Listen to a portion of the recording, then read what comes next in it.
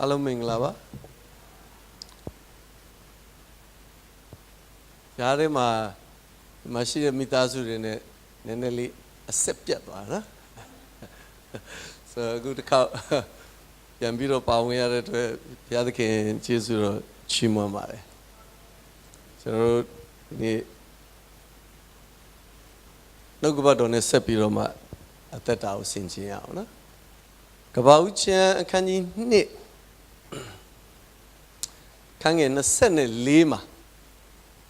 ကျွန်တော်ရှေ့ကနေဖတ်ပြီးမယ်ယေရှုပြည့်နောက်ကနေနှုတ်ကပတ်တော်လိုက်ဖတ်ထိုအကြောင်းကြောင့်ယောက်ျားသည်ကိုမိဘကိုစွန့်၍ကိုခင်ပွန်း၌မှီဝဲသဖြင့်ထိုသူတို့သည်တသားတကူဒီဖြစ်ရလိမ့်မည်အဲ့ဒါကကပ္ပဦးကျမ်းအခန်းကြီး2မှာပထမဦးဆုံးလူယောက်ျားနဲ့လူမိန်းမအာဒံနဲ့ဧဝပေါ့အဲ့တော့ချမ်းစာဒီလိုပြောတယ်ယောက်ျားသည်ကိုမိဘကိုစွန့်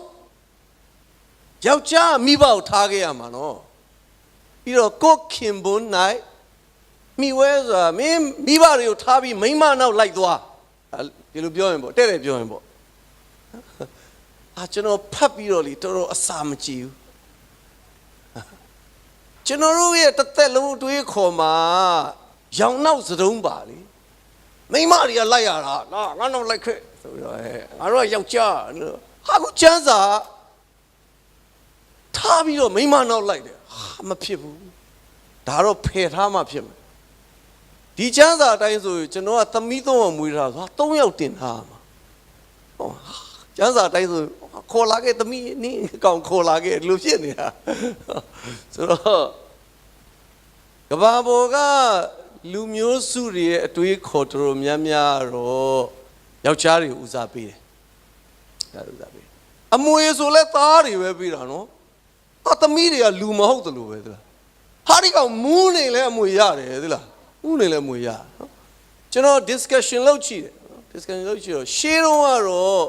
ဥမာသားအကြီးဆိုတာအကိုကြီးအဖအရာဆိုတော့တမိသားစုလုံးကိုလှုပ်ချွေးလို့တဲ့ဒါသားအကြီးကိုအမွေပေးတယ်ပေါ့လေဆိုတော့ဒီအလေးထားကျွန်တော်လူမျိုးတော်တော်များများမှာရှိပါတယ်တရုတ်တွေမှာရှိတယ်ချင်းတွေမှာရှိတယ်ကချင်တွေမှာရှိတယ်တော်တော်များမှာရှိတယ်ဒီနေ့ထိလည်းဒီအမှကျွန်တော်တခါကျအကိုကြီးကငမူးလေမူးနေလဲအချိန်တိုင်းအမွေလို့ရအဲ့တော့စိတ်ချလက်ချမူးလို့ရပူစရာမလို့ချိန်တိုင်းငါအမွေရငါသားအကြီးဆိုတော့ဟာတော့မူးနေတော့တာပဲ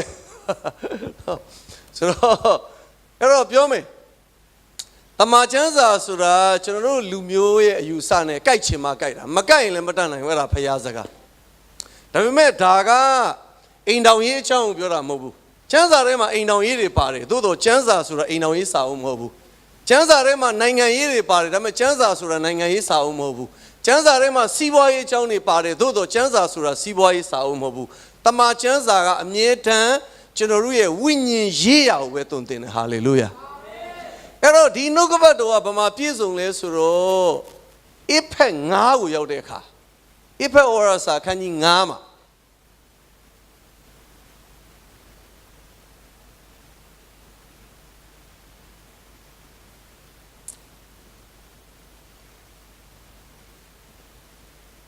ငယ်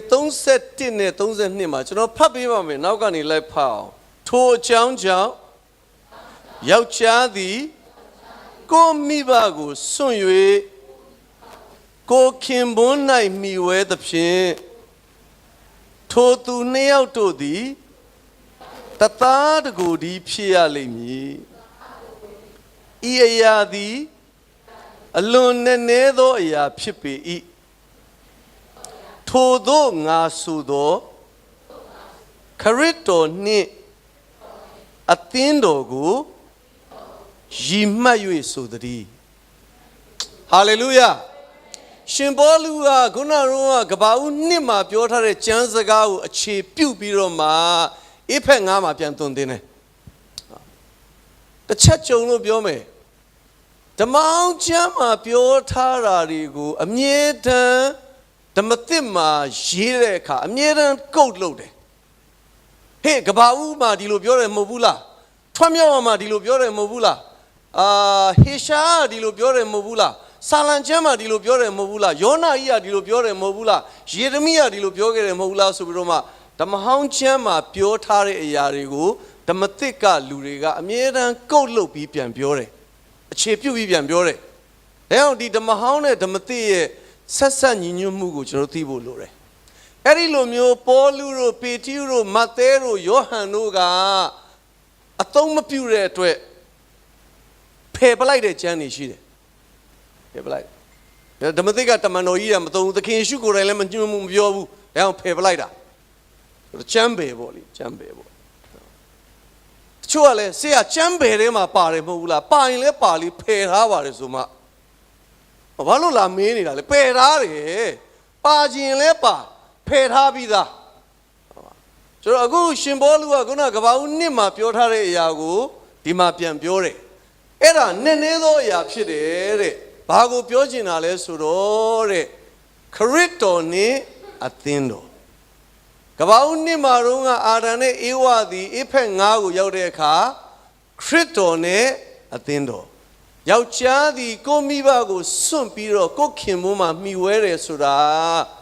ခရစ်တော်ကဖယားဇာတိဘုံစည်းစိမ်ကိုစွန့်ပြီးတော့အသင်းတော်ဆိုတဲ့သတို့သမီးစီမှာလာပြီးတော့မှီဝဲတာဖြစ်တယ်ဟာလေလုယာအဲအောင်အဖက်9ကိုရောက်လာတဲ့အခါမှာထိုအရာသည်နည်းနည်းသောအရာဖြစ်ပေ၏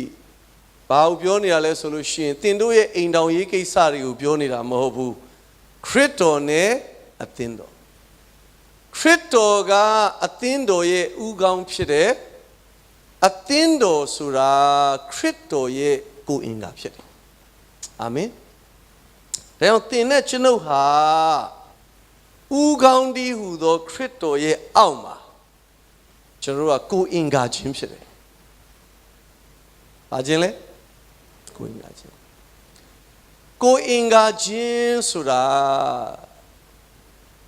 ဒီဘယ်ဘက်လက်ကဘတော်မှညာဘက်လက်ကိုနာကျင်အောင်မလုပ်ဘူးအဲ့ဒါဘာချင်းရဲ့သဘောလဲကိုယ်အင်္ဂါချင်းရဲ့သဘောကိုယ်အင်္ဂါချင်းဆိုတာဘတော်မှနာကျင်အောင်မလုပ်ဘူးတခါကျွန်တော်တလောတော့အိမ်ဘော်ဓာတ်ကနေပြေးဆင်းလာချီချော်ပြီးတော့ကြာတော့ချီမကွဲသွားတယ်ကွဲသွားတဲ့အခါသွေးတွေထွက်လာတဲ့အခါအဲ့ဒီဒဏ်ရာသွေးတိတ်အောင်ပျောက်အောင်လို့ဒီလက်တွေကလှုပ်ပြီးကိုယ်အင်္ဂါချင်းဆိုတာနာကျင်နေရင်လေသက်သာအောင်လှုပ်ပေးတယ်အဲ့ဒါဘာချင်းရဲ့သဘောလဲပြေးဆင်းလို့ချော်လဲပြီးချီမကွဲသွားတဲ့အခါဒီလက်တွေကပျော်လာကောင်းတယ်ဒီကောင်ညီညီမနေတာထီသွားပြီပျော်လားမပျော်ဘူးဒါကြောင့်ဒီနေ့အသင်းတော်ထဲမှာကျွန်တော်ယုံကြည်သူချင်းကိုယ်အင်္ဂါချင်းလို့မြင်ဖို့လိုတယ်အာမင်အဲ့တော့မှတယောက်နဲ့တယောက်မနာကျင်စေဘူးတခါတလေဖះเจ้าအမိုးတစ်ခုတည်းအောက်မှာအတူတူတက်ပြီးတော့တယောက်ကတယောက်ကိုနာကျင်စေတယ်တခါတလေဖះเจ้าအမိုးတစ်ခုတည်းအောက်မှာတက်ပြီးတော့မှတယောက်ကပြဿနာဖြစ်နေတာကိုတယောက်ကကြိတ်ပြီးတော့ဝမ်းသာနေတာအောင်မမှတ်ပြီလားဆိုပြီးတော့တဲ့ရတယ်အဲ့တော့တခါလေလူတွေကဘာဖြစ်လာဆိုဖះเจ้าမှာတော့ဆူတောင်းချက်မတင်ရဲဘူးမပြောလိုက်ရင်ကြိတ်ဝမ်းသာမဲ့လူတွေအများကြီးရှိတယ်ဆိုပြီးတော့မပြောရဲဘူးကြိတ်ပြီးတော့အဲ့ဒါဘာလို့သဘောမပေါက်သေးလို့လဲဆိုလို့ရှိရင်ကိုယ်အင်္ဂါချင်းဖြစ်တယ်ဆိုတာကိုသဘောမပေါက်လို့အာမင်ဒါကြောင့်ကိုယ်အင်္ဂါချင်းဆိုတာကတယောက်ကောင်းစားရင်တယောက်ကခြေနှပ်ပြီးတော့တယောက်နာကျင်နေလဲတယောက်ကအတူတူခံစားပေးတာအဲ့ဒါကိုယ်အင်္ဂါချင်းရဲ့သဘောဖြစ်တယ်အာမင်အဲ့တော့ခရစ်တော်ကအသင်းတော်ရဲ့ဥကောင်းအဲ့တော့သခင်ယေရှုခရစ်တော်လောကကိုလူစားတိခံကြွလာတဲ့အခါယောက်ျားလားမိန်းမလားလူစားတိခံကြွလာတဲ့အခါယောက်ျားလားမိန်းမလားဒါဆိုရင်အဲ့ဒီခရစ်တော်ရဲ့အသင်းတော်ကဖခင်အသင်းတော်ဖြစ်မလားမိခင်အသင်းတော်ဖြစ်မလား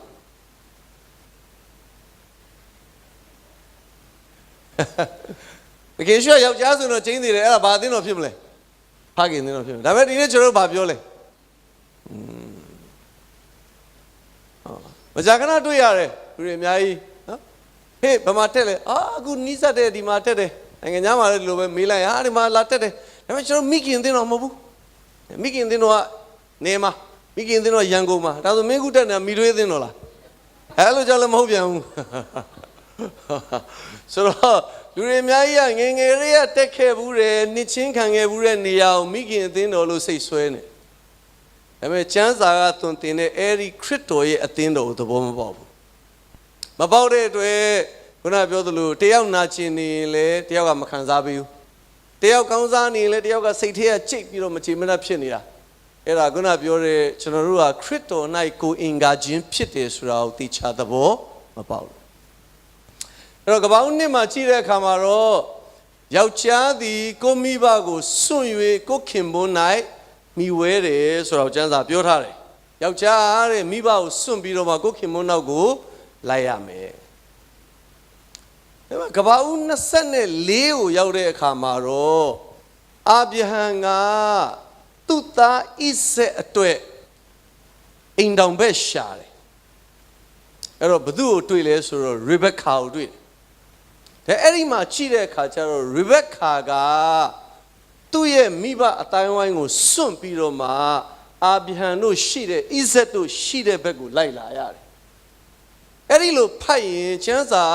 ကပ္ပဦးနှစ်မှာပြောတော့ကတော့ယောက်ျားစွန့်ရမယ်လို့ပြောပြီးတော့ကပ္ပဦး24ကိုရောက်တဲ့အခါကျတော့မိန်းမစွန့်ခဲ့ရတာဖြစ်နေတယ်ဒါဆိုရင်ကျမ်းစာသည်ရှေ့နဲ့နောက်နဲ့မကိုက်တဲ့ကျမ်းစာဖြစ်သွား။ဒါကြောင့်ကျွန်တော်ခုနပြောတဲ့ကျမ်းစာဆိုတာကျွန်တော်တို့ရဲ့အိမ်တောင်ရေးမဟုတ်ဘူး။ကျမ်းစာဆိုတာကျွန်တော်တို့ရဲ့စီးပွားရေးမဟုတ်ဘူး။ကျမ်းစာဆိုတာကျွန်တော်တို့ရဲ့စိတ်ရေးမဟုတ်ဘူး။ကျွန်တော်တို့ရဲ့ဝိညာဉ်ရေးရာကိုသွန်သင်တယ်အာမင်။အဲ့တော့ကပ္ပဦး24မှာအဓိကကျတဲ့လူပုဂ္ဂိုလ်4ယောက်တွေ့ရတယ်။အာဗြဟံရဲ့ဣဇက်ရဲ့ရေဘကာရဲ့အစေခံကျွန်ရဲ့အာဗြဟံကခမည်းတော်ဘုရားသခင်ကိုပုံဆောင်တယ်ဣဇက်ကသားတော်သခင်ယေရှုကိုပုံဆောင်တယ်ရေဘကာကတတို့သမီးကြီးဟူသောအသင်းတော်ကိုပုံဆောင်တယ်အစေခံကျွန်ကတော့တန်ရှင်းသောဝိညာဉ်တော်ဘုရားကိုပုံဆောင်တယ်အာမင်အဲ့တော့ကပ္ပဦး24မှာဒီလိုပြောတယ်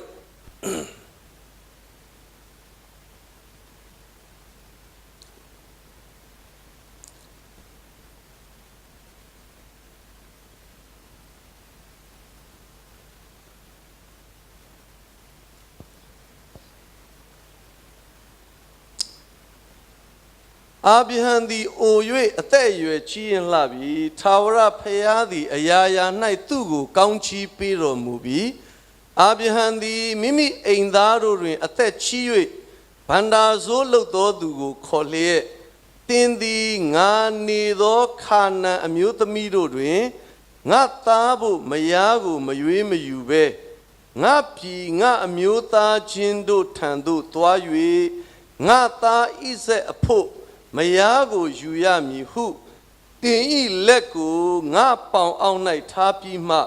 ကောင်းကင်မြေကြီးအရှင်ဘုရားသခင်ထာဝရဘုရားကိုတိုင်တည်၍ငါကျိန်ဆိုစေပါမည်ဟုဆို၏အာဗြဟံကသူ့ရဲ့ဗန္နာဆိုးအစီကံကျွန်ကိုခေါ်ပြီးတော့ငါသားဣဇက်အတွက်တဲ့အိမ်တော်ဘက်ကိုတဲ့ငါတို့ပြည်နေရင်အရက်မှာပြန်ရှာမယ်မင်းကိုငါလွတ်မယ်လို့ပြောတယ်ဒီကျမ်းစာကိုဒီတိုင်းယူရင်တော့ဒီထဲမှာလူပြိုပြိုတွေပါတယ်ဆိုရင်အိမ်တော်ပြုမယ်ဆိုရင်တိတိမ်ဘက်ကိုပြန်ရှားမှာပေါ့တောင်ပေါ်ပြန်ရှားမှာအဲ့တော့နေရင်ရက်ကိုပြန်ခိုင်းတာဟုတ်နော်တောင်ပေါ်မရှားပါဘူးကျွန်တော်တို့ရှာတာပြပရောက်တဲ့လူစီရှာတာအမေရိကတော့လမ်းရှာတာဆိုတော့ကျမ်းစာလည်းမကိုက်ဘူးကျမ်းစာလည်းမကိုက်ဘူးကျမ်းစာကိုနေရင်ရက်ကိုရှာခိုင်းတာအခုကကျွန်တော်တို့အပြင်လမ်းရှာတာဆိုတော့မကိုက်ဘူးဒါပြောပြီးကျမ်းစာဆိုကျွန်တော်အိမ်တော်ရေးစာဦးမဟုတ်ဘူးပြောချင်တာကဖယားကလူကိုရှာတာအာမင်လူကဖယားကိုရှာတာမဟုတ်ဘူးအပြစ်သားဖြစ်နေမွေးလာတဲ့လူဟာမွေးကလေးကဝိညာဉ်မျက်စိကန်းတယ်လို့ပြောတယ်။ဒါကြောင့်ကန်းနေတဲ့လူမှာရှာနိုင်တဲ့အစွမ်းလည်းမရှိဘူး။ဒါကြောင့်ဖယားကလူကိုရှာတာ။ဒါကြောင့်ကျမ်းစာတိတိကျကျပြောတယ်သခင်ယေရှုကလုကာ19မှာလူသားသည်ပျောက်သောသူတို့ကိုရှာ၍ကယ်တင်အံ့သောငါဤလောကသို့ကြွလာတယ်။ ခရစ်တော်လောကကိုကြွလာခြင်းကိုကပျောက်နေတဲ့ကျွန်တော်တို့ကိုရှာပြီးတော့ကယ်တင်ဖို့အဲ့တော့လူကဖယားကိုရှာတွေ့တာမဟုတ်ဘူးဖယားလူလာရှာတာအာမင်ဖယားဘက်ကဖွင့်ပြလိုက်တယ်ကျွန်တော်တို့ကိုသိမြင်ခံစားစေတယ်အဲ့ဒီခါကျွန်တော်မြင်သွားတယ်1989မှာကျွန်တော်ခရစ်တော်ကကယ်တင်ရှင်လို့သိမြင်ပြီးတော့အသက်တာပြောင်းလဲပြီးတော့ကျွန်တော်သက်သေခံတဲ့အခါဒီလိုသက်သေခံတယ်ဟာကျွန်တော်တော့ဖြင့်အခုမှစစ်မှန်တဲ့ဖခင်ကိုကျွန်တော်အခုမှရှာတွေ့တာအမေကျွန်တော်ကရှာတွေ့ထားတာရှာတွေ့တာတေချာပြန်စဉ်းစားဆိုသူလင်းမင်းကခွဲကြံမှာသခင်ယေရှုကိုလာရှာလာလားကျွန်တော်ခွဲကြံမှာသခင်ယေရှုကိုလာရှာတာမဟုတ်ဘူးရောက်လာတာကိုပြဿနာနဲ့ကိုနောက်ကရဲလိုက်ဖမ်းလို့ထွက်ပြေးနေတယ်ဒီရောက်လာတာဖခင်လာရှာတာမဟုတ်ဘူးရောက်လာရင်ဧဝံဂေလိသတင်းစကားကြားပြီးပြောင်းလဲတာဒါပေမဲ့ကိုဘဟုပြုပြီးစဉ်းစားတော့ငါရှာတွေ့တယ်လို့ထင်သွားတယ်ဒါတဖြည်းဖြည်းနဲ့တမန်တရားကိုသိမြင်လာတော့မှအော်ငါရှာတွေ့တာမဟုတ်ဘူးဖခင်ငါ့ကိုသိမြင်စေတာပဲအာမင်တရားလူကရှာတွေ့တာမဟုတ်ဘူးရိုးလေးပဲအိမ်မှာပစ္စည်းပြောင်းရင်လိုက်ရှာရတယ်ရှာရအခက်ဆုံးပစ္စည်းကမျက်မှန်ပဲမျက်မှန်ပြောင်းနေကျွတ်တော့တာအခုတော့ကြည့်လိုက်ခင်ဗျားတို့အားလုံးကအရန်ချောနေတယ်လို့ပဲမမြင်ရတော့ပြန်တက်လိုက်မချောတော့အဲ့တော့မျက်မှန်ပြောင်းရင်ကျွန်တော်ကဘာလုပ်ရလဲလိုက်ရှာ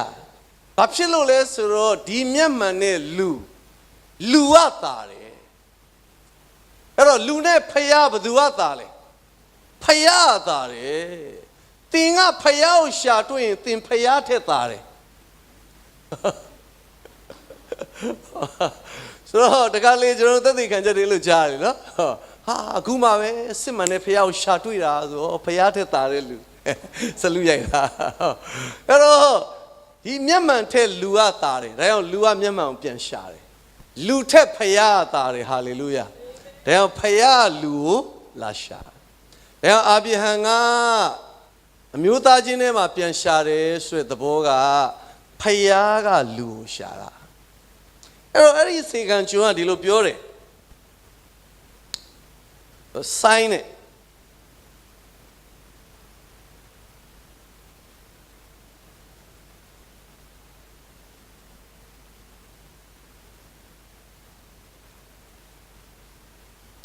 သူကဘာပြောလာလဲဆိုတော့သူသွားလို့တဲ့အဲ့ဒီပြည်ကိုရောက်ရင်ပထမဦးဆုံးသူ့ကိုရေလာတိုက်တဲ့မျိုးသမီးဒါတဲ့ငါသခင်ရဲ့သားအတွက်ဣဇက်အတွက်ဘုရားသခင်ပြင်ဆင်တဲ့တို့သမီးပဲသူဒီလိုဆိုင်းနေလာတာချိုးရရလဲအိမ်အောင်ဘက်တော့ဆူတောင်းတဲ့အခါဒီတစ်ပတ်ဘုရားကျောင်းသွားရင်ပထမဦးဆုံးတွေ့တဲ့လူအဲ့မှာတန်ရှင်းလုပ်တဲ့လူကတကားလာဖွင့်ရောအဲ့မှာကျွတ်တာ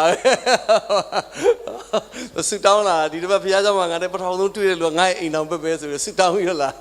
ဟိုကျတော့ကျောင်းဆောင်ကတကားလာဖွင့်ရောအဲ့မှာဒုက္ခဖြစ်နေဆိုတော့ကျွန်တော်ပြောတယ်ဟောချမ်းသာဆိုတာဟာအဲ့လိုမျိုးတွေလိုက်ရှူပြီးတော့ဟလာကိုစိတ်ထင်တာတွေလိုက်လို့ရတဲ့ကိစ္စမဟုတ်ဘူးချို့အသိတော်တွေလုပ်တယ်ဒီမှာတော့မလုပ်ဘူးထင်တာပဲဟိုနှစ်သက်အစဆိုလို့ရှိရင်မကြမ်းပိုက်လေးတွေမဲနိုင်ရတယ်ဗျ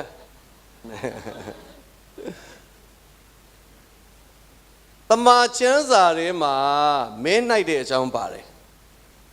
တမန်တော်1မှာပေတရုတို့ကယူဒရှကာကိုမရှိတဲ့အခါအမြဲတမ်းတော့12ယောက်နေလာတာလေယူဒရှကာကိုမရှိတော့တယောက်ညော့တော့မနေတတ်ဘူးအဲ့ဒါကဲတို့တယောက်ကွာတဲ့ကဲစာရေးတန်ချမယ်စာရေးတန်ချတယ်ဆိုတော့မင်းနိုင်တာပေါ့အဲ့တော့တယောက်ပေါက်သွားတယ်မတ်တိဆိုတာပေါက်သွားတယ်တဲ့သူကမဲပေါက်တယ်လို့ပဲပြောတာနော်တမန်တော်ဝတ္ထုတစ်လျှောက်လုံးဆက်ဖတ်သူ့အကြောင်းမပါဘူးဘာမှလှုပ်ဆောင်ချက်မရှိဘူးဘာဖြစ်လို့လဲမဲပေါက်တယ်လူသူကသူမဲပေါက်ထားတာဖယားမသိဘူးအဲ့ဒီကောင်ကမသိဘူးဖယားရွေးထားတာပေါ်လူနော်နောက်တော့ပြောင်းလဲလာတယ်အာမင်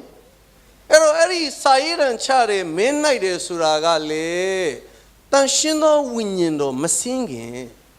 တမန်တော်နှစ်ချတဲ့ဝိညာဉ်တော်တက်ရောက်လာပြီဝိညာဉ်တော်တက်ရောက်လာတဲ့နောက်ပိုင်းမှာကျမ်းစာမှာကြည့်ရင်မဲနိုင်တယ်လို့မတွေ့ဘူးနော်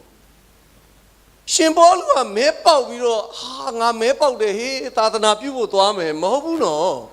မဟုတ်ဘူးနော်အန်တီယိုအသင်းတော်လူကြီးတွေတဲ့အစာရှောင်ပြီးတော့ဆုတောင်းနေတဲ့အခါတဲ့တန်ရှင်းသောဝိညာဉ်တော်ရဲ့ဖော်ပြခြင်းကိုခံရတယ်ဟာလေလုယာတဲ့ဒီနေ့ယုံကြည်သူကမဲနိုင်ရတဲ့ခင်မဟုတ်ဘူးပြီးတော့သူကမဒီတစ်ပိုက်နဲ့တစ်နှစ်လုံးနဲ့အောင်မလေးတစ်နှစ်စာတဲ့ဖယားတအုပ်လုံးပေးထားတာခင်ဗျာမလေးတော့သူမလေးမင်းတက်ပြီးတော့ဆရာတဲ့ဒီနေ့တွဲတဲ့ကျမဒီမှာကြမ်းတစ်ချက်ရထားဟောလွဲတာအဲ့လိုမျိုးတွေမဟုတ်ဘူးအဲ့လိုမျိုးတွေမဟုတ်ဘူးအဲ့တော့ခုနကဒီအစေခံကျွန်းကသူရောက်ရင်တဲ့ပထမဦးဆုံးရေတိုက်တာဒါသူကဆိုင်းနဲ့နမိတ်လက္ခဏာနဲ့သူအမှတ်သားလောက်လာတာပေါ့အမှတ်သားလောက်လာတာအဲ့ဒါကဒီနေ့အဖက်1မှာပြောတယ်ဖယားကျွန်တော်တို့ကိုအမှတ်သားလောက်ထားတယ်အာမင်လို့ပြောတယ်အဖက်1:73မှာ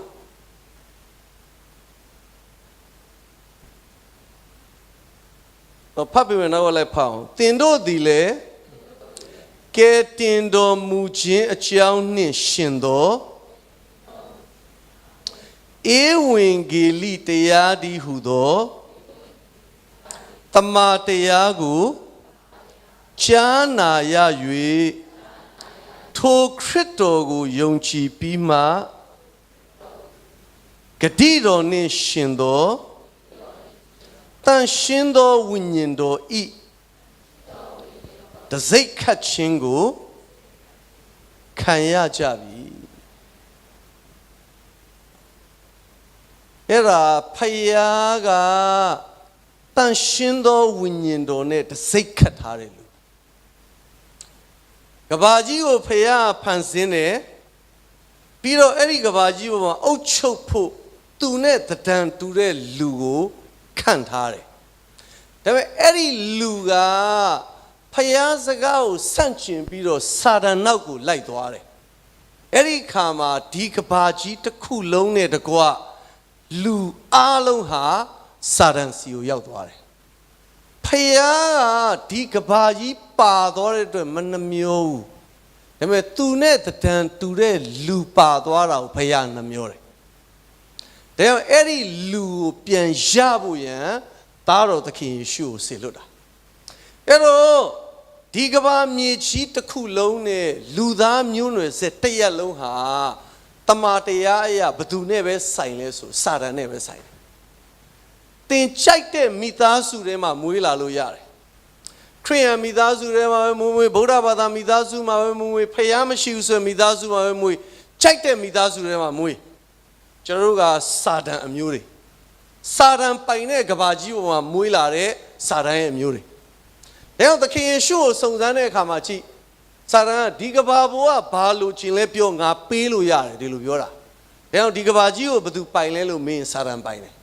ဖန်ဆင်းတာတော့ဖယားဖန်ဆင်းတာဒါပေမဲ့လက်ရှိစာတန်ပိုင်တယ်ပြီးတော့မှသခင်ယေရှုကငါတို့ကအာဗြဟံအမျိုးဆိုပြီးတော့မှလူမျိုးရေးမာနအပြည့်နဲ့နေတဲ့ဣသရေလတွေဣသရေလတွေကိုမဟုတ်ဘူးတဲ့မင်းတို့ကအာဗြဟံအမျိုးမဟုတ်ဘူးတဲ့မင်းတို့ကတဲ့မာနကနေဆင်းသက်တာတင်တို့အဘမာနကနေဆင်းသက်တာစာတန်မျိုးအပြတ်ပြောတာဒါကြောင့်ဒီကဘာကြီးပေါ်မှာတင်ဟာဘယ်မိသားစုမွေးလာဘသူနဲ့ဆိုင်လဲလို့မင်းစာတန်နဲ့ဆိုင်တယ်အဲ့ဒီစာတန်နဲ့ဆိုင်တဲ့လူတစ်ယောက်က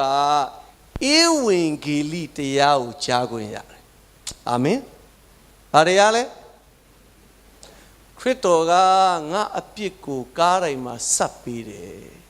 တင်းကြိုခြင်းကိုခံတယ်၃ရက်မြောက်တဲ့နေ့မှာရှင်ပြန်ထမြောက်လာတယ်အဲ့ဒါငါရဲ့ကယ်တင်ရှင်ပဲလို့သင်ယုံကြည်လိုက်တော့မှဖယားကသင်ကိုဝိညာဉ်တော်နဲ့တစိတ်ခတ်တယ်ဟာလေလုယာအဲ့ဒီကြတော့မှသဘောတော့တစိတ်ခတ်လိုက်တယ်ဆိုတာဖယားဒါငါပိုင်တဲ့လူဒါငါလူဒါငါသား ဖယားဘက်ကအမတ်သားလုပ်လိုက်တာအာမင်ဒါကြောင့်ဒီကနေ့သင်ကိုဖယားကမှတ်သားဖို့ရန်ဧဝံဂေလိတရားကြားဖို့အရေးကြီးတယ်ချော့ဒီလိုပြောတယ်ဧဝံဂေလိဟောခြင်းလမ်းပေါ်မှာလူတွေအများကြီးသွားဟောပါလားတဲ့ဘာလို့ဖယားเจ้าနဲ့လာဟောနေမဟုတ်ဘူးဖယားเจ้าနဲ့ကလူတွေလည်းကြားဖို့လိုတယ်ဖယားเจ้าတော်တော်များများဧဝံဂေလိဆရာစုကြောက်နေတာအဲ့ဒါဖယားတစိတ်ခတ်မှာကြောက်နေတာငါတို့ဘုရားကျောင်းထဲကလူတွေဧဝံဂေလိကြားလို့မဖြစ်ဘူးဆိုသဘောကတော့ကြားရင်တော့じゃဘုရားသခင်တစိတ်ခတ်သွားအောင်ပဲကျွန်တော်ပြောင်းလဲတော့အင်းစိန်လမ်းမှာပေါ့ Young Crusader လေ YC အဲ့မှာကျွန်တော်ပြောင်းလဲတာအဲ့တော့ကျွန်တော်ပြောင်းလဲကစားဟိုဂီတတီရဲ့စောပွင့်မှုတော့မတည်သေးဘူးတခါတော့ကိုယ်ပွင့်မှုနဲ့ကျွန်တော်ဧဝံဂေလိသွားကြတော့ပဲပေါ့ဟုတ်ကရင်ရွာဧဝံဂေလိဆိုလက်မခံဘူးတဲ့ကိုယ်မှုက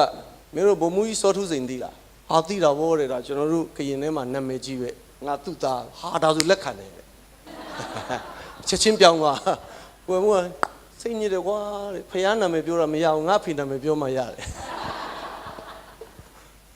အဲ့တော့ဒီနေ့ဖယားကြောင့်တော်တော်များများဘာမှမသိဘူးဧဝံဂေလိဆိုကြောက်နေတာတကယ်တော့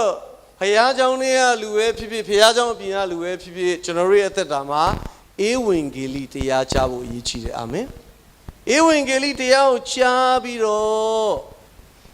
ပတ်ဝန်းကျင်ကဂျုံခိုင်းလို့မဟုတ်ဘူးလွတ်လပ်စွာယေရှုကငါကယ်တင်ရှင်လို့ယုံကြည်သောသူကိုဖယားကဝိညာဉ်တော်နဲ့တစိတ်ခတ်တယ်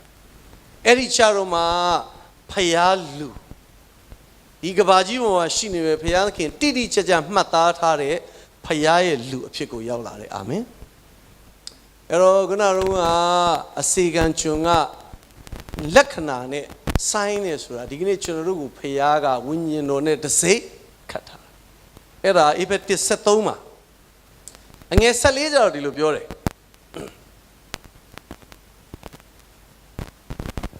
ပိုင်ထိုက်တော်မူသောသူတို့သည်ဘုန်းတော်ကိုချီးမွမ်းခြင်းအကြောင်းနှင့်ရွေးနှုတ်တော်မူခြင်းသို့မရောက်မီကာလပတ်လုံးထိုဝိညာဉ်တော်သည်ငါတို့အမွေဤစိတ်ယံဖြစ်တော်မူ၏မြန်မာလိုစားယံလို့ရေးထားတယ်နော်ဝိညာဉ်တော်သည်ငါတို့ဤစားယံဆိုတော့စားစရာလို့ပါလို့တကယ်တော့စိတ်ယံလို့ပြောချင်တာ deposit စိတ်ယံပြောချင်တာအဲ့တော့ခုနကအစီကံကျွန်ကတို့သမီးလာရှာတဲ့အခါသူ့သခင်အာဗြဟံကလက်ဆောင်တချို့ထည့်ပေးလိုက်တယ်အဲ့ဒါတွေကိုလည်းပေးတယ်အဲ့ဒါသဘောကတော့ဒါဇတိသဘောပဲရှိသေးတယ်ပါလာရင်ဟိုဘက်ကိုရောက်လို့ရှိရင်နောက်ထပ်အများကြီးထပ်ပေးဦးမှာအဲ့တော့ဒီနေ့ဝိညာဉ်တော်တစိတ်ခတ်တယ်လို့ပြောတဲ့အခါအဲ့ဒီဝိညာဉ်တော်ကကျွန်တော်တို့ရဲ့စိတ်ယံပဲရှိသေးတယ်အဲ့တော့ပစ္စည်းတစ်ခုဝယ်တဲ့အခါစိတ်ယံလို့ပြောရင်ဒါအစပဲရှိသေးတာနောက်ထပ်ပေးရအောင်မှရှိသေးတယ်အဲ့တော့သင်သက်တာထဲမှာတန်ရှင်သောဝိညာဉ်တော်ဖေရလာချင်းဝတ်တယ်ဆိုတာအစပဲရှိသေးတယ်ဟာလေလုယာသင်ရဲ့နေ့စဉ်အသက်တာသင်ဘဝတစ်လျှောက်လုံးမှာအဲ့ဒီဝိညာဉ်တော်ဖေရပြုတဲ့အမှုရာတွေကိုအများကြီးခံစားအောင်မယ်ဟာလေလုယာတခါတလေကျွန်တော်တို့က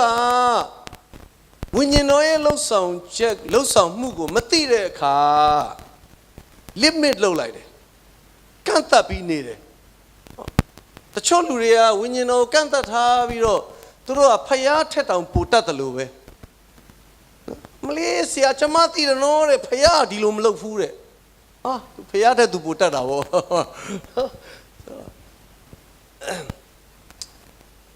ကျွန်တော်တစ်ချိန်တော့ကျွန်တော်လည်းလိုပဲဝိညာဉ်တော်ကျွန်တော်ကန့်သတ်ပြီးနေတယ်ကျွန်တော်သင်တန်းကျောင်းရှိတယ်ကျွန်တော်ထောက်ချက်မှာမြန်မာလူငယ်ပြုစုပြောထောင်ရေးသာသနာဆိုတော့မူရစေဝါရက်သေးသာဆွဲတဲ့လူငယ်တွေကိုပြောထောင်ပေးတဲ့သင်တန်းကျောင်းကျွန်တော်မှရှိ training center ပေါ့အဲ့တော့မကြာခဏ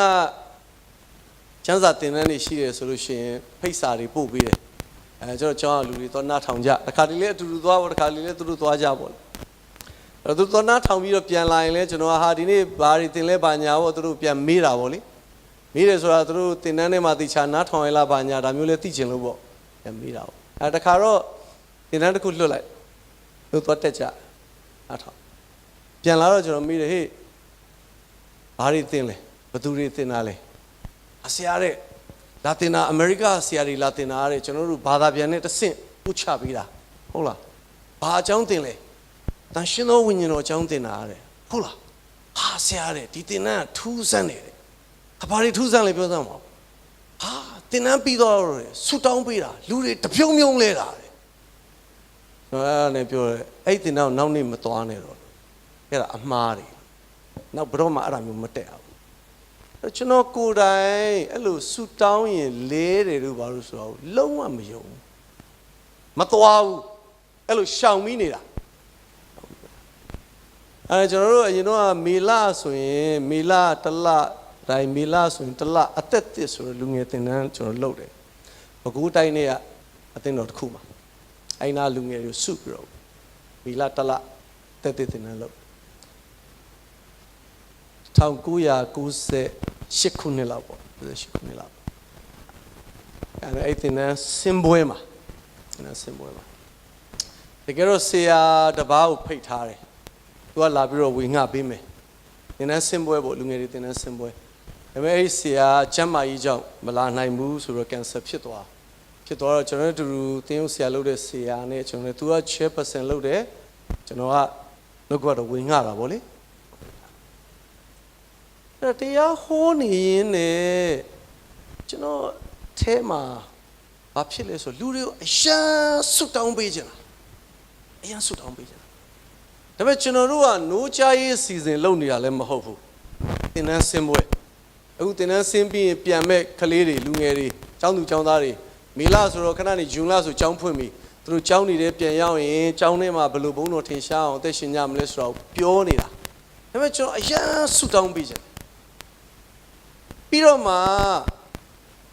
ကျွန်တော်တို့ရဲ့အစီအစဉ်ပေါ့လေ program ထဲမှာအဲ့ဒါမပါဘူးအဲ့တော့ကျွန်တော်တို့ကဖယားကိုအစီအစဉ်နဲ့ရှ िख ိုးတာအစီအစဉ်1အရပဏာမကျမ်းစာဖတ်အစီအစဉ်2အရအဖွင့်ဆုတောင်းအစီအစဉ်3အရပရိသတ်ဓမ္မသချင်းအစီအစဉ်4အရတပင်နိုင်သချင်းနဲ့အလှငွေကောက်အစီအစဉ်5အရတရားဟောဆရာရွေးချယ်ထားသည့်ကျမ်းစာအစီအစဉ်6အရတရားဒေသနာအစီအစဉ်9အရပရိသတ်ဓမ္မသချင်းအစီအစဉ်8ရကောင်းကြီးပေးခြင်းနဲ့အာမင်3ချိန်ဒါပဲ1 2 3 4နဲ့သွားအစီအစဉ်နဲ့မပါဝิญဉ်တော်ဘာမှလာမရှုပ်လို့သွားဆိုပြီးတော့အဲ့လိုနေတာဟုတ်လားအစီအစဉ်နဲ့ရှ िख ိုးတာအဲ့တော့အခုကစိတ်ကအထဲမှာဆူတောင်းပေးခြင်းပဲအစီအစဉ်ထဲမှာမပါဘူးဖြစ်ဒုက္ခဖြစ်အဲ့ဒါကျွန်တော်ဟာဝေငှပြီးတဲ့အခါမှာထိုင်လိုက်အဲ့တော့ chairperson လုပ်တဲ့ဆရာထပြီးတော့ तू ကဘာပြောလဲဆိုတော့လေအခုတဲ့အစီအစဉ်ထဲမှာမပါဘူးတဲ့ဆူတောင်းခံနေတဲ့လူတွေရှင်ရှေ့ထွက်လာခဲ့ပါကျွန်တော်လေငါဒီထဲမှာဖြစ်နေတာခံစားရတယ်ကျွန်တော်စိတ်ထဲမှာ agree ဖြစ်တယ်ပေါ့အဲ့ဒါလူတချို့ထွက်လာပြီးရှေ့မှာဆူတောင်းခံတယ်အဲ့လိုဘုရားကျောင်းဆိုဒီလိုတမန်တလင်းပဲပေါ့အဲ့ဒါပထမတစ်ယောက်ကိုဆူတောင်းအဲ့တော့ဆူတောင်းရင်လည်းမျက်စိမိတ်မှဘုရားလက်ခံတယ်ကျွန်တော်အဲ့လိုမျက်စိမိတ်ပြီးတော့တင်းတောင်းတာပေါ့နော်မျက်စိဖွင့်တာဘုရားသခင်မကြိုက်ဘူးထင်လို့မဖွင့်ရဘူးအဲ့ဒါအဲ့ဒါပထမတစ်ယောက်တောင်းဒုတိယတစ်ယောက်ကိုအဲ့လိုလက်တင်ဆူတောင်းနေရင်းနဲ့ကျွန်တော်နားထဲမှာအတန်ကြားတယ်ဘိုင်းဆိုအဲ့ဒါကြောင့်မျက်စိဖွင့်ကြည့်တော့အဲ့လူကကျွန်တော်ရှေ့မှာစမ်းစမ်းလဲနေတာကျွန်တော်လန့်သွားဒုက္ခပဲဘာတွေဖြစ်လဲငါအမားတယ်လို့ပြောထားတယ်ဒီမှာလာဖြစ်နေပြီကြောက်အဲ့နဲ့နောက်တစ်ယောက်ကိုတောင်းတော့မထိရဘူးလဲဝါမှာဆိုလို့လေတော့ကြာငါထိလို့လဲတယ်ဖြစ်နေမယ်ဆိုတော့နည်းနည်းခွာပြီးတောင်းဒါပေမဲ့လူကလေမတိမတာနားဆွင့်တယ်ခဏနေတော့ကြားတယ်ဘိုင်းဆိုတီးတယ်လဲပြန်ပြီဆိုပြီးတော့အဲ့ဒါကြောက်ကြောက်နဲ့ဖွင့်ကြည့်ဟိုတဲ့ပက်လက်ကြီးလန်နေရောအဲ့ဒါနဲ့လိုရင်းတို့ရှင်းပြောရင်ကျွန်တော်တို့အစီအစဉ်စာရွက်ကဘယ်ရောက်သွားမှမသိဘူးဆူတောင်းတာရက်လို့မရဘူးပြီးတော့လဲပြိုဖြစ်ချင်တာတွေဖြစ်ပြီးတော့ကျွန်တော်နှစ်ယောက်ကတယောက်မျက်နှာတယောက်ကြည့်ပြီးတော့ကျွန်တော်သူ့ကိုအပြစ်တင်တာပေါ့ဘွေရခင်ဗျာဘလို့ဖြစ်လာလဲခင်ဗျားလေတောင်းတာတော့လူတွေလဲကုန်တယ်ကျွန်တော်လုံးတော့မဟုတ်ဘူးလို့ညင်းနေကြတယ်တယောက်ကအဲ့ဒါနဲ့ထိုင်စကားပြောတော့ခဏနေတော့အကြံရဘလို့လုံး ညချိုင်တစ်ခေါက်လုံးထပ်ဆန်းကြည့်ဟာကောင်းတယ်အဲ့ဒါနဲ့ညဘာလို့ကျွန်တော်တို့ကတင်တန်းဆင်းပွဲဆိုပြီးပြီလေညမှာတစ်ခါနိုးချရေးအစီအစဉ်ဆိုပြီးတော့အဲ့လိုပဲ तू က chairman လို့ကျွန်တော်ကတရားဟောခေါ်ထုတ်ဆုတောင်းလူတွေကတပြုံပြုံလဲတညာလုံးအဲ့လိုမပြောဘူးဒုက္ခပဲဆိုပြီးတော့ရန်ကုန်ပြန်ရောက်ရင်ငါလူတွေကိုဘယ်လိုမျက်နှာပြရမလဲအစတော့ငါမားတွေပြောတာအခုအမားတွေငါပါရောက်နေပြီပြန်လာတဲ့အခါလဲဘတ်စကားမှာမင်းကိုနေနဲ့ဘာတွေဖြစ်တာလဲဘာတွေဖြစ်တာလဲဘာမှဖြစ်တာမဟုတ်ဘူးရိုးရိုးလေးဝိညာဉ်တော်ဖယားကိုကျွန်တော်တို့ကကန့်သတ်ထားတန်ရှင်းသောဝိညာဉ်တော်ဖယားရဲ့လှုပ်ဆောင်ချက်ဆိုတာကန့်သတ်လို့မရဘူးဟာလေလုယာမကြာခဏကျွန်တော်တို့ဟာအဲ့ဒီကန့်သတ်တဲ့အထဲမှာနေတယ်လူကလည်းအကန့်အသတ်ရှိတာပဲလူရဲ့အခြေအနေအကန့်အသတ်ရှိတာပဲကျွန်တော်ပြီးခဲ့တဲ့ဗုဒ္ဓဟူးနေ့ကကျွန်တော်သမီးအငယ်ဆုံးဆာမွေးဖြေတော့သူ့ကိုပို့ပြီးတယ်။ကျောင်းပို့ပြီးတော့ကျွန်တော်အင်းစိန်မှာလူကြုံပစ္စည်းသွားယူတယ်။ကြုံပစ္စည်းယူတော့အဲ့လိုကားကိုရက်လို့ရတဲ့နေရာလေးအဆင်ပြေတဲ့နေရာလေးမှာရက်ခဲ့ပြီးတော့လူကြုံပစ္စည်းယူရမယ့်ရန်နဲ့လှမ်းနေဒါနဲ့ကျွန်တော်လမ်းလျှောက်သွားတော့ဖြတ်သွားတော့လမ်းအိမ်တွေကလှမ်းပြီးတော့ဆရာဘဲလဲဟိုနားမှာလူကြုံသွားယူမလို့အပြန်ကြရင်ဝင်ခဲ့အောင်လေဆိုအဲကျွန်တော်လာခဲ့မယ်ကော်ဖီဖြောထားဆိုပြီးတော့အဲကျွန်တော်သွားလိုက်သွားပြီးတော့လူကြုံပစ္စည်းယူတော့အဲ့အိမ်မှာဝင်လေစကားပြောတဲ့အချိန်မှာအတော်ပဲတဲ့ဆရာဟုတ်တဲ့ဒီနာအမျိုးသမီးတယောက်နဲ့ပေးတွေ့ချင်လို့တဲ့သူဖုန်းဆက်တော့အဲ့အမျိုးသမီးရောက်လာတော့တခြားမဟုတ်ဘူးသူ့သားဆိုးလို့ကျွန်တော်တို့ချောင်းပို့ချင်လို့အဲ့တော့ဒါပေမဲ့ तू ကတေချာလည်းမသိတော့ဆရာတို့ချောင်းကနေလာခေါ်ပေးလာတဲ့တော့ရွာသားကြီးတို့ဘာတို့ကလို့တဲ့မှာလာပြီးတော့တခါတည်းချုပ်ချက်ပြီးတော့အဲ့လိုခေါ်သွားပြီလားအဲ့လိုထင်တာကျွန်တော်တို့အဲ့လိုခေါ်ပြီးတဲ့စနစ်ကျွန်တော်မှမရှိဘူးခေါ်ပြီးတဲ့စနစ်မရှိဘူးလို့ကျွန်တော်တို့ကသူ့ကိုနှုတ်ကပတ်တော်နဲ့သူ့အသက်တော်တိဆောက်ပေးတာအဲ့တော့သူ့စန္ဒလေးနဲ့လာရင်ပို့အကျိုးရှိတယ်အဲ့တော့အမပြောပါသားရေမင်းအဲ့ဒီချောင်းမှာသွားပြီးတော့ကျမ်းစာသင်တဲ့နားထောင်ပါလားတက်ပါလားတစ်နှစ်တော့ကျွန်တော်ဆိုတာနေရမယ်ကျွန်တော်ပြောတဲ့အခါအဲ့ဒီအမျိုးသမီးကဟာတဲ့ကျွန်မသားအဲ့လိုပြောလို့ရမှာမဟုတ်ဘူးဆရာတဲ့မရဘူးတဲ့ဒီကောင်ဆိုဟိုအသက်ကလည်း30ကျော်ပြီဗျာခလေးမှမဟုတ်တာခလေးတက်ဖေမိမကလည်းဒုက္ခပေးလို့ထားခဲ့ပြီးပြေးပြီဆိုသူမေကျွန်မနားလေပါတယ်ကျွန်မချွေးမောင်ကျွန်မနားလေသူမခံနိုင်လို့ပြေးတာခွတ်လွတ်ပါတယ်ဆိုတော့အမေနဲ့အမနဲ့ကဒီသားကိုသူ့သားကိုလည်းကြောင်းထားပေးဆိုတော့သူတခါအိမ်မှာဒုက္ခပြီးပါညာသူလည်းစိတ်ညစ်ပြီဆိုကျွန်တော်နားလေပြောသူမဖြစ်နိုင်ဘူးပြောအဲ့လိုမဖြစ်နိုင်ဘူးဆိုတော့ကျွန်တော်ပြောသလိုသူမဖြစ်နိုင်ဘူးဆိုတော့သူပြောတာဆုံးအောင်နားထောင်ပြီးတော့မှမားလို့ဟိုမိခင်တယောက်ရဲ့ခံစားချက်ကိုကျွန်တော်နားလည်ပါတယ်လို့နားလည်တယ်လို့အခုကျွန်တော်တို့ဆုတောင်းမယ်ဒီသားတို့ဆုတောင်းမယ်ပြီးရင်အိမ်ကြရင်လို့အမပြောပါလို့ဖယားအမတွေ့နေရတဲ့ပြဿနာထက်ကြီးသောဖယားဖြစ်တယ်ကြွားရတိုင်းပြောရသူဆုတောင်းပြီးတော့ကျွန်တော်လမ်းခွဲပြတာတောက်ချာနေ့ကကျွန်တော်ဖုန်းဆက်တယ်ဗုဒ္ဓနေ့မှာဆိုရင်တောက်ချာနေ့လေဖုန်းဆက်တယ်ကျွန်တော်ဖုန်းအစိမ်းဖူးလိုက်ကောဆရာတဲ့ကျမလေးတဲ့ဟိုတနေ့ကသူ့သားနာမည်ပြောတယ်အမေပါဟုတ်ကဲ့ပြောအခုပဲသားကိုပြောပြီးပြီတဲ့သားတဲ့အဲ့ဆရာတို့ကျောင်းကိုသွားမယ်ပြောတယ်ဟာလေလုယာအဲ့ဒါကျွန်တော်အဲ့ဒါဆိုနေကျွန်တော်ကျောင်းကဆရာလွှတ်ပြီးတော့ခေါ်ခိုင်းလိုက်မယ်သူတို့လိုက်ပို့မပို့တာမှဆိုလို့ခေါ်ခိုင်းလိုက်မယ်ကျွန်တော်မကြာခဏကျွန်တော်တို့ကကိုယ့်ရဲ့အခြေအနေကိုယ့်ရဲ့ပြဿနာကိုကြည့်ပြီးတော့လေအဲ့ဒီကန့်သတ်တဲ့အထဲမှာနေငါတို့အခြေအနေနဲ့တော့ဖြစ်မှာမဟုတ်ဘူးမှန်တယ်ကျွန်တော်တို့ရဲ့မြင်နိုင်စွမ်းမှာအကန့်အသတ်ရှိတယ်ကျွန်တော်တို့ရဲ့ပြောနိုင်စွမ်းမှာအကန့်အသတ်ရှိတယ်ကျွန်တော်တို့ရဲ့လုံနိုင်စွမ်းမှာအကန့်အသတ်ရှိတယ်ကျွန်တော်တို့ရဲ့စဉ်းစားနိုင်စွမ်းမှာအကန့်အသတ်ရှိတယ်ကျွန်တော်တို့ရဲ့အခြေအနေတွေမှာအကန့်အသတ်ရှိတယ်သို့တော့ကျွန်တော်တို့ကိုးကွယ်သောဖခင်အကန့်အသတ်မရှိတင်ကိုတင်ဘ ਹੁ ပြုနေတဲ့၍အကန့်အသတ်ရှိတဲ့ထဲကတင်ထွက်လို့မရဖခင်ဆိုတာအကန့်အသတ်မဲ့သောဖခင်ဖြစ်တယ်ဟာလေလုယာတင်ရဲ့နေ့စဉ်အသက်တာထဲမှာအဲ့ဒီဖခင်ရဲ့အကန့်အသတ်မဲ့ကောင်းမြတ်ခြင်းတွေခံစားပြီးအသက်ရှင်ဖို့ဖခင်အသင်ကိုခေါ်ထားတာဟာလေလုယာ အောင်ခုနပြောတယ်ဝိညာဉ်တော်ကိုပေးတာစိတ်ရံပဲရှိသေးတယ်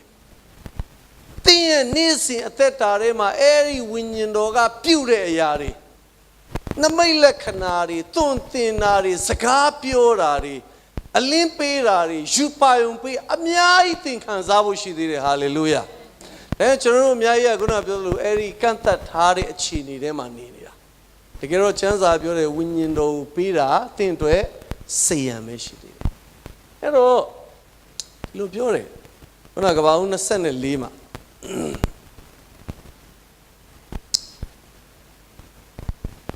အစေခံကျွန်ကရောက်လာတဲ့အခါသူ့ကိုပထမဦးဆုံးရေလာတိုက်တာရီဘက်ကာအဲ့ဒါဖယားငါသခင်တို့ပြင်ဆင်တဲ့ကလေးမပဲဆိုတော့သူလိုက်သွားတယ်လိုက်သွားပြီးမိဘတွေနဲ့စကားပြောတယ်โอเคအဆင်ပြေတယ်လက်ဆောင်ပနာတွေပေးတယ်ပြီးတော့အစေခံကျွန်ကဘာပြောလဲဆိုတော့ကျွန်တော်သူ့ကိုချက်ချင်းခေါ်သွားမယ်တဲ့အဲ့တော့ရီဘက်ကာရဲ့မိခင်တို့မောင်တို့ကအားတဲ့ချက်ချင်းမခေါ်သွားပါနဲ့တဲ့ဒီမှာ5-10ရက်တော့နေပါအောင်တဲ့သူတို့သမီးကိုချက်ချင်းမထည့်လိုက်ချင်ဘူးအဲ့တော့အစေခံကျွန်လည်းမဟုတ်ဘူးတဲ့ကျွန်တော်သခင်ကိုဒီဝမ်းမြောက်စရာသတင်းကိုကျွန်တော်ချက်ချင်းပြန်ခေါ်သွားခြင်းနဲ့ပြန်ယူသွားပြီးပြခြင်းနဲ့ဆိုသူတို့သဘောထားမတိုက်ဆိုင်ဘူးအဲ့တော့ဒါဆိုရင်ねကာယကံရှင်ကိုပဲမေးရအောင်ရီဘက်ကာကိုပဲမေးရအောင်ရီဘက်ကာကိုမေးတော့ဘာဦး24ခန်းကြီး24အငယ်54ကနေဖတ်ရင်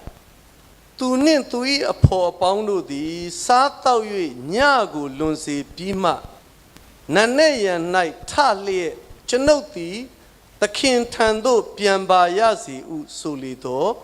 မောင်နှင့်အမိကမိန်းမကလေးသည်ကျွန်ုပ်တို့ထံမှ10ရက်ခန့်လောက်နေပါစေအောင်နောက်မှသူ့ကိုသွားပါစီမည်ဟုဆိုကြ၏ထိုသူကလည်းကျွန်ုပ်ကိုမစည်းတားပါနှင့်ထာဝရဘုရားသည်ကျွန်ုပ်ရောက်လာသောအမှုကိုပြုစုတော်မူပြီးကျွန်ုပ်သည်သခင်ထံသို့သွားရသောအခွင့်ကိုပေးပါလော့ဟုဆိုလျင်သူတို့ကမိန်းကလေးကိုခေါ်၍သူ့အလိုကိုမေးပါအောင်မည်ဟုဆိုသည်နှင့်ရေဘက်ကာကိုခေါ်၍သင်သည်ဤလူနှင့်အတူယခုလိုက်မည်လောဟုမေးသောအခါကျွန်ုပ်လိုက်ပါမည်ဟုဆို၏အဲ့တော့အစေခံကျွန်ကချက်ချင်းခေါ်သွားခြင်းနဲ့မောင်နဲ့အမိကတော့နေစေခြင်းသေးတယ်သဘောထားချင်းမတိုက်ဆိုင်ဘူးအဲ့တော့ကဲကာယကံရှင်ကိုပဲခေါ်မေးရအောင်ဆိုတော့ဘက်ခါကိုခေါ်ပြီးကဲဒီလူနဲ့အခုချက်ချင်းလိုက်မလားသမီးရေဆိုတော့လိုက်မယ်တဲ့ဒီကောင်မလည်းတော်တော်လိုချင်နေတယ်ဟမ်ဒီတိုင်းဖိုင်ဒီလိုဖြစ်နေတာလေနော်တော့သမီးအလက်ကလေတက်ကတူတက်တဲ့အချိန်မှာပတဲ့သမီးကိုကားတစ်စီးလောက်ဝယ်ပြီးပါကားတွေကလည်းဈေးကျပြီးတော့ပေါ်နေပြီဘာလို့ဖို့ဟောတက်ကတူကိုပိုင်ကားမောင်းပြီးတက်မယ်နေငါ့ကိုဂတိတစ်ခုပေးရင်ဝယ်ပေးမယ်ဘာဂတိပေးရမလဲအသက်50အထိယောက်ျားမယူဂတိပေးမဟုတ်တာလေဟာဘာမဟုတ်တာလဲလို့မဟုတ်ကဂတိလားဟာငါတောင်းတာလေလို့တော်ပြီးတော့မယူတော့ဩနင်းတော်လိုချင်နေကားမယူတော့ဘူးတဲ့ယောက်ျားမရမှာဆိုလို့အခုလေရီဘက်ကာဒီလိုဖြစ်နေလိုက်မလားဆိုအမလေးလိုက်ပါတဲ့ဟမ်ကောင်မတော်တော်လိုချင်နေအဲ့တော့ခုနပြောတယ်ဒီအတိုင်းဖတ်ရင်ဒီကောင်မတော်တော်လင်းလိုချင်နေတာအဲ့တော့ကျမ်းစာဆိုတာကျွန်တော်ရဲ့ဝိညာဉ်ရေးအောင်သွန်သင်တာအစေခံကျွန်ကခေါ်သွားမယ်လို့ပြောတဲ့အခါရီဘက်ကာဆိုတဲ့ယုံကြည်သူကချက်ချင်းနားထောင်တယ်အာမင်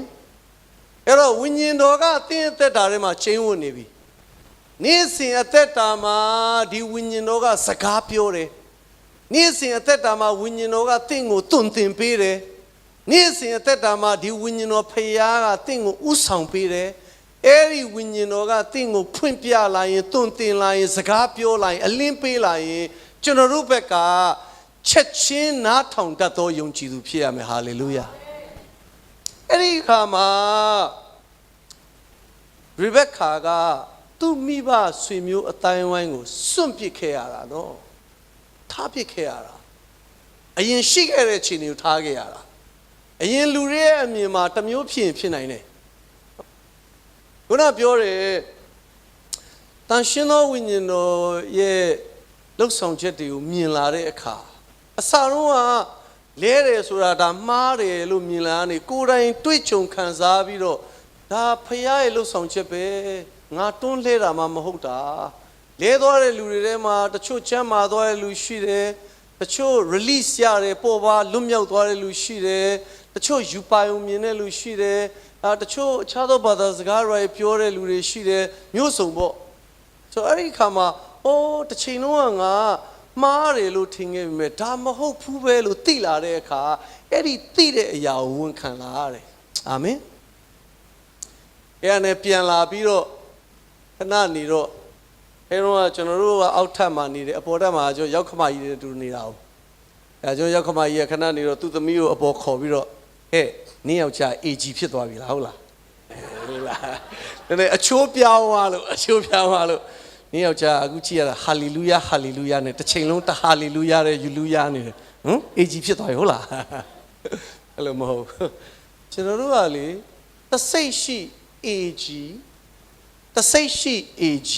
ကျမ်းစာတွေကကောင်းတာတွေအားလုံး AG ကိုပေးလိုက်မကောင်းတာတွေပဲကျတို့နှစ်ချင်းတွေယူထားတာအရှင်သောဝိညာဉ်တော်တကိုး AG ပေးလိုက်ဧဝံဂေလိတရား AG ကိုပေးလိုက်ဝိညာဉ်တော်ရဲ့ဆုကျေးဇူး AG ကိုပေးလိုက် AG ကိုအကုန်ကောင်းတာတွေပေးပြီးတော့ကျတို့နှစ်ချင်းတွေကဒီအတိုင်းပဲငောင်စင်းစင်းနဲ့နေဒီနေ့ထိကျွန်တော် AG လည်းမဟုတ်နှစ်ချင်းလည်းမဟုတ်ကျွန်တော်ယုံကြည်သူပါဗာတိဇံပေးရင်တော့ဟုတ်တဲ့ရေထဲမှာကျွန်တော်နှစ်ချင်းပေးပါတယ်ကျွန်တော်ပြောချင်တာကကျွန်တော်တို့အသီးသီးရဲ့အသက်တာထဲမှာဒီဝိညာဉ်တော်ဖခင်ချင်းဝင်နေတာဟာလေလုယာကျွန်တော်စကားပြောသလိုသင်ကိုလည်းပြောမှာကျွန်တော်ဆုကျေးဇူးပေးသလိုသင်ကိုလည်းပေးမှာကျွန်တော်စီမံနမိတ်လက္ခဏာဖြစ်လို့သင်စီမံလည်းဖြစ်မှာဟာလေလုယာအရေးကြီးတာသင်ဝိညာဉ်တော်မကန့်တတ်နဲ့ဝိညာဉ်တော်ကသင်ကိုပြောလာရင်သင်ဘက်ကချက်ချင်းဝင်ခံပါချက်ချင်းနားထောင်ပါတကယ်တော့ဒါကျွန်တော်တို့အသင်းတော်မှာဒီ2018အစမှာကျွန်တော်ဝင်ငှ2018ဒီဖယားပြောရင်ချက်ချင်းနားထောင်တဲ့နှစ်ဖြစ်ရမယ်အာမင်အဲ့တော့ခုနကရီဘက်ခါကအစေခံကျွန်ကပြောတဲ့အခါသူချက်ချင်းထပြီးလိုက်တယ်သဘောကတော့ဝိညာဉ်တော်ရဲ့ဖွင့်ပြသွန်သင်ခြင်းကိုလူဘက်ကချက်ချင်းနားထောင်တာအဲ့တော့ကဘာဦးနှစ်မှာတော့ဖယားဘက်ကစွန့်လာတာကဘာဦး24ကျတော့ယုံကြည်သူဘက်ကစွန့်ရသင်ကိုဝိညာဉ်တော်ကဖွင့်ပြသွန်သင်လာရင်သင်စွန့်ပစ်ခဲ့ရတဲ့ຢာတွေရှိတယ်အာမင်လူတော်များများမစွန့်ခြင်းဘူးလေမစွန့်နိုင်ဘူးကျွန်တော်ရဲ့အတွေးခေါ်ဟောင်းကျွန်တော်ရဲ့အခြေအနေဟောင်းကျွန်တော်နှစ်သက်တဲ့အရာဒီလိုခဏခဏပြောတဲ့လူတွေရှိတယ်ဆရာကြီးဖယားမကြိုက်မှန်းတော့လဲသိပါတယ်ဒါဆိုဆရာတော်ဘာမှဆက်ပြောစရာမလိုတော့ဘူးသူသိပြီးသားပဲဟုတ်လားစွန့်ဖို့ခက်နေတာဆရာကြီးဖယားမကြိုက်မှန်းတော့သိတယ်ကျမကြိုက်နေတာပေါ့အဲ့လိုဖြစ်နေတာအဲ့လိုမျိုးနဲ့ပါသွားတဲ့ခလေးမတွေလည်းမနေဘူးဖယားသာမကြိုက်တာကျမကြိုက်တာတပိုင်းသိနေပြီဆိုတော့ပါပါအဲ့တော့တင်းသက်တာထဲမှာဝိညာဉ်တော်ကဖွင့်ပြသွန်သင်လာရင်သင်ဘက်ကချက်ချင်းနားထောင်ပါချက်ချင်းဝန်ခံပါအာမင်လူတွေကကိုလိုချင်တာတွေဖယားကိုပြောရင်ဖယားစီကတောင်းရင်ကျွန်တော်ဘယ်လိုလိုချင်လဲချက်ချင်းလိုချင်တာနေမကောင်းလို့ဆူတောင်းပေးပါโอเคတောင်းပေးမယ်ဘုရားသခင်ကိုတော့ဒီသမီးဖျားနေတယ်ကိုတော့50တပတ်တော့ထားပါကိုတော့အဲ့လိုတောင်းရင်ကြိုက်လားမကြိုက်ဘူးလေဟုတ်တယ်မလားတခါတည်းလက်ယုတ်လိုက်တာနဲ့ချွေးရိုက်ထွက်ပြီးပေါ့သွားတော့မှဒီလိုမျိုးကြိုက်တာလေနော်ကိုတော့ယခုကိုတော့တုတ်ထီပါကိုတော့အခုမတုတ်ထီနေကိုတော့အေးစေးစေးမှဒီဆရာဘယ်ခေါ်တောင်းမလဲဟုတ်တယ်မလားအဲ့တော့ကျွန်တော်တို့ကဖယားစီကလိုချင်တာကြရင်ချက်ချင်းဖယားပြောတော့ကြတော့ဖြည်းဖြည်းပေါ်လုံးရလူတွေကလေအလောက်ကြတော့နောက်ကြရင်ဒဏ်ရိုက်တော့နောက်မကြရဘူးဖယားကြောင့်ဒဏ်မရိုက်ဘူးဘုရားကအေးစေးစေးနေရာတကာမှာအဲ့လိုတွေ့တယ်နေရာတကာအဲ့လိုတွေ့တယ် နိုင်ငံတကာမှာပြောလိုက်လေဆရာသိတယ်မလားကျွန်တော်မြန်မာပြည်သားနိုင်ကြီးတယ်လေ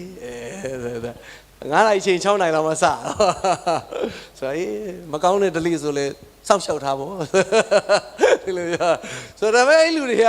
အလောက်ကြတော့ချိန်မြောင်သွားတယ်နော်ဘာလို့ဖြုတ်မှာလေဒဏ်ရိုက်မှာဆိုတော့ဒီမှာဘုရားကျောင်းကျောင်းကျမ်းစာသင်တန်းကျောင်းနောက်ကျလည်းရအချို့များဒီလိုတော့ပြောသေးတယ်နေမှာလေဘယ်တော့ခေါင်းလောင်းတီးနေပြီခေါင်းလောင်းကျွန်တော်ပြောဟေးဖျက်ချမ်းခေါင်းလောင်းတီးနေပြီဆိုရတယ်ဆရာဒါ first ပဲရှိသေးတာsecond ဘဲလောက်မှာတော့ coffee ရိုက်ဖြော်တော့ဒီခေတ်လဲဒီလိုကျ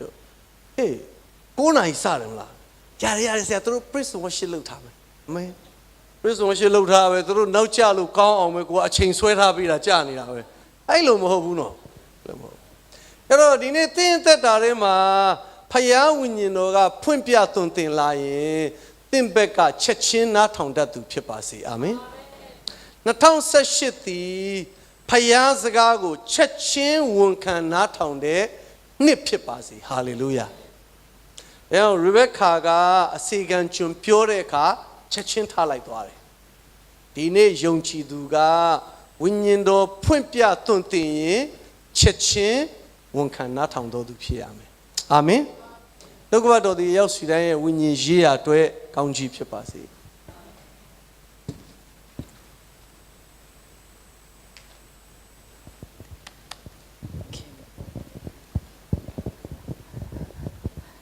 အားလုံးပဲကျွန်တော်တို့တောင်းတတဲ့အတိုင်းပဲဝိညာဉ်တော်ဘုရားကဆရာကိုအသုံးပြုပြီးကျွန်တော်တို့ကိုစကားပြောတာဖြစ်တယ်ထိုဝိညာဉ်တော်ဘုရားကိုကျွန်တော်လက်ခုပ်သေးခြင်းအပြင်ချီးမွမ်းကြရအောင်ဟာလေလုယာဆရာကိုလည်းအထူးပဲကျေးဇူးတင်တယ်တာရွေးဘုရားခင်အသုံးပြုပါစေလို့ကျွန်တော်ဆုတောင်းပေးပါတယ်အခုချိန်မှာကျွန်တော်တို့အလိုတော်ငွေနဲ့ပေကံလိုတော်ချင်းအပြင်ပေါ့နော်ကျွန်တော်တို့ကိုယ်ကိုယ်မဲ့အချင်းဖြစ်ပါတယ်ဘုရားခင်ပေးထားတဲ့အကောင်းချီးမြောက်များစွာရှိတဲ့အတွက်ချီးမွမ်းရင်းနဲ့ကျွန်တော်တို့အလိုတော်ငွေကိုထည့်ဝင်ကြရအောင်သူတို့ပဲလာကောက်မှာဖြစ်ပါတယ်ကျွန်တော်တို့အဆုံးသတ်တဲ့ချင်းအနေနဲ့ကျွန်တော်တို့ဒီဝိညာဉ်နဲ့အခုနဆိုတဲ့ဌာနတော်ပဲကျွန်တော်တို့ဆိုရအောင်အဆုံးမှာကျွန်တော်တို့ဆရာကကျွန်တော်တို့အဆုံးသတ်ဆုတောင်းပေးဖို့ကျွန်တော်တို့မေတ္တာရက်ခံချင်ပါတယ်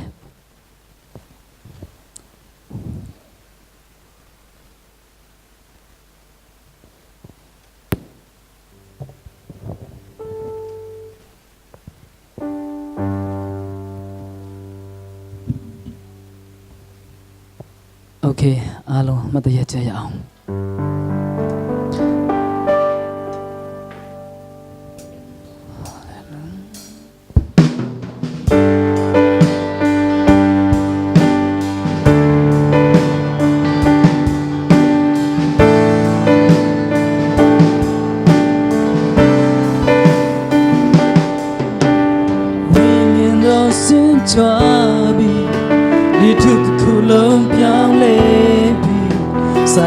သူကိုသူတိစကားပြောနေပြီမျက်မှောက်တော်နဲ့ကမ်းမိုးပြီးမသိစိတ်နားမလည်နိုင်တော့နဲ့နေရများဝိညာဉ်တော်အားဖြင့်ဖွင့်ပြနေပြီအာမင်ဝိညာဉ်တော်စင်ကြွပြီဝိညာဉ်တော်စင်ကြွပြီလေထုခုလုံးပြောင်းလဲပြီစာရတူရှင်တော်ဝိညာဉ်တော်ဗျာမျက်မှောက်တော်နဲ့လွမ်းမိုးပြီးအိုးယေရှုနဲ့ဝိညာဉ်တော်အားဖြင့်ပွင့်ပြနေပြီနေဆိုင်ဆုံးတော်ထင်ရှားပြတော်သူတော်မျက်မှောက်မှာရှာရပြီးဆိုရာပြီးဆိုတင်စားပြတော်နေဆိုင်ဆုံးတော်ကုတော်မျက်မှောက်မှာရာပြီးဆိုခြေတွေအလုံးသူစပြောင်းနေပြီအနာတွေအလုံးကဲလူချမ်းပါပြီ ချင်တာအလုံးသိမ့်ပရရှိပြီရာရာတွေအလုံးပြီးဆုံးတဲ့ဌာနမျက်မှောက်တော်ပါလွတ်လပ်စွာကိုယ်ကိုယ်ရအောင် hallelujah oh hallelujah hallelujah တန်ရှင်တော်ဝိညာဉ်တော်ဗျာတန်ရှင်တော်ဝိညာဉ်တော်ဗျာ hallelujah အနာရီအလုံးဝိဒနာရီအလုံးကိုပျောက်ကင်းစေနေတော် oh hallelujah မျက်မှောက်တော်တင်၌ hallelujah hallelujah hallelujah oh see them hallelujah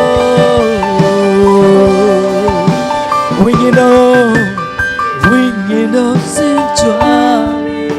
little cool down lay oh I should know you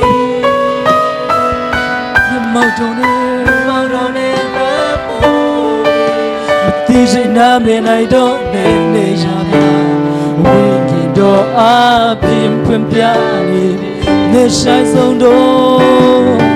the shines on door Tisha Kuromya Mama Yaya Piso Tisha Do Ne shines on do Kuromya Mama Yaya Chiri Alo Chiri Alo Tu Chapiaule Oh Anari Alo Mabi Yeshu namana hallelujah luchina alo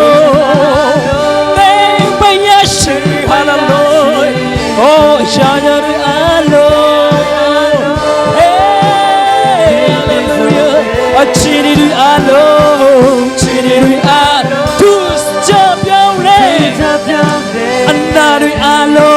hallelujah Oh hallelujah Pyoke Luchina alo Thank by Yash Amen hallelujah Oh Baby Zonetana Chiri alo Tuesday Baby Nari alo Kelu Jamabi Luchina alo Think by Yash Yeshu namana hallelujah Oh hallelujah Chiniri alo Tu champion baby Anari alo Piakelu chamabi Luchina alo Debayashibi Nari alo Oh Chiri alo hallelujah Hey tu chapiaule Hey Anari alo Pyoke lu chamabi hallelujah Luchina alo Oh hallelujah Oh Devayashi ya ya Hey Chiri alo hallelujah Chiri alo Tu chapiaule Anari alo Oh Yeshu namana pyoke bi hallelujah That's no bi pyoke bi anari hallelujah Hey hallelujah Oh Devayashi hallelujah Oh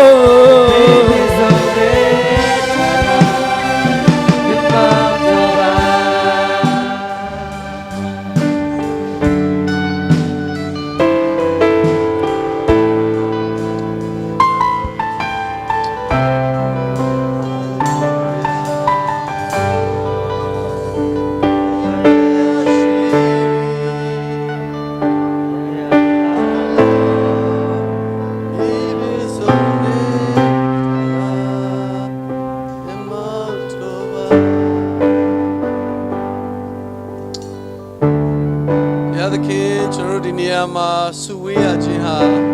ဒီနေရာမှာကျွန်တော်ရှိနေရခြင်းဟာမတ်တမဲမဟုတ်ကိုရောရဲ့အချမ်းစီတော်ဖြစ်ချောင်းကိုဝန်ခံပါတယ်ဒီနေ့နှုတ်ကပတ်တော်သည်ကြားတော်သူတိုင်းရဲ့အသက်တာထဲမှာတန်ရှင်သောဝိညာဉ်တော်ဖခင်ရဲ့အလင်းပေးဖွင့်ပြသွန်သင်ခြင်းအဖြစ်ရီမာဖခင်ရဲ့ဖွင့်ပြခြင်းဖြစ်စေပါအသီးသီးရဲ့အသက်တာမှာဖခင်ပြောရင်ချက်ချင်းဝန်ခံနားထောင်တတ်တဲ့ယုံကြည်သူတွေဖြစ်စေပါကြားသောနှုတ်ကပတ်တရားစကားသည်ကောင်းသောမြေမှာကြားသောမျိုးစေ့ဖြစ်၍အစတရားပွားများအသီးသီးတဲ့နှုတ်ကပတ်တော်ဖြစ်စေပါနှုတ်ကပတ်တော်အဖြစ်ရောက်စီတိုင်းကိုဒီနေရာကနေလွတ်မြောက်ခြင်းနဲ့ပြန်စီပါကျမ်းမာခြင်းနဲ့ပြန်စီပါကိုရောရဲ့ကောင်းမြတ်ခြင်းနဲ့ပြန်စီပါဒီနေ့ကိုယ်ကိုယ်ရခြင်းအမှုရာလုံးစုံတွေယေရှုတင်ပါတယ်ကိုယ်ကိုယ်ခြင်းနဲ့မှာဖယားဖွင့်ပြသွန်သင်လင်းပေးတဲ့မှုရာအလုံးစုံတွေတန်ရှင်းသောဝိညာဉ်တော်ဖယားရဲ့ဥဆောင်သွန်သင်မှုအလုံးစုံတွေယေရှုတော်ချီးမွမ်းပါတယ်ကျွန်တော်တို့ကိုချစ်၍လောကကိုကြွလာပြီးတော့ကျွန်တော်တို့ရဲ့အပြစ်ကြွေးကိုကားတိုင်းမှာဆက်ပေးသည်သာမကသုံးရမြောက်တဲ့နေ့မှာရှင်ပြန်ထမြောက်သောသားတော်ယေရှုခရစ်တော်ဖခင်၏ကယ်တင်ခြင်း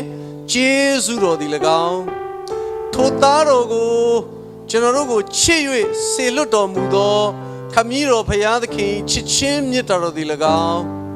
ထိုဖခင်သခင်ရဲ့မြတ်တာနဲ့သားတော်ရဲ့ကျေးဇူးတော်ကိုသိမြင်ခံစားနိုင်မှုအလို့ငါဖွင့်ပြသွန်သင်အလင်းပေးတော်မူသောတန်ရှင်းသောဝိညာဉ်တော်ဖခင်၏ကောင်းမြတ်ခြင်းမင်္ဂလာအဖျားဖျားသည်ယနေ့ကိုယ်ွယ်လေးရှိသောသားသမီးကြီးငယ်ရောက်စီတိုင်းအပေါ်ကာလအစဉ်သက်ရောက်တည်ရှိတည်နေစေတည်းအာမင်